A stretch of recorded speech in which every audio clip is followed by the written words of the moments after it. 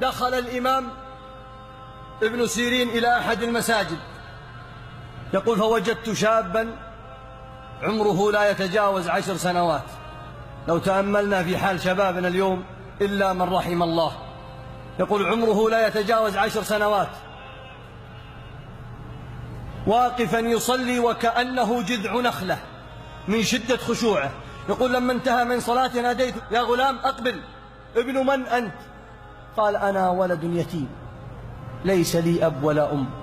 قال: أترضى، إمام من أئمة المسلمين، قال: أترضى أن أكون لك أب وأن أقوم بشؤونك؟ قال: أوافق. تأملوا، 10 سنوات ويتيم. قال: أوافق، ولكن ب5 شروط. يا الله! فتعجب الإمام، قال: وما هي شروطه؟ قال: شرطي الأول: هل ستطعمني إذا جعت؟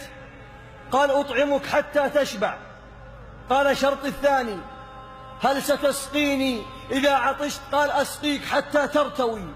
قال: شرطي الثالث: هل ستكسيني إذا عريت؟ قال: أكسيك بأجمل الثياب.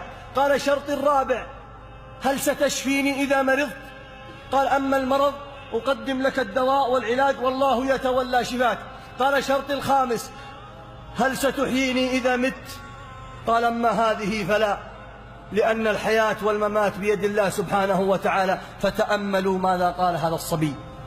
قال: يا رجل، يا هذا، ما دمت لا تستطيع أن تشفيني إذا مرضت وأن تحييني إذا مت، إذن اتركني.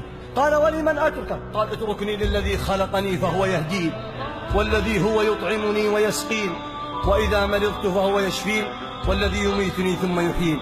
فقال الإمام: لا إله إلا الله، توكل على الله فكفاه الله سبحانه وتعالى.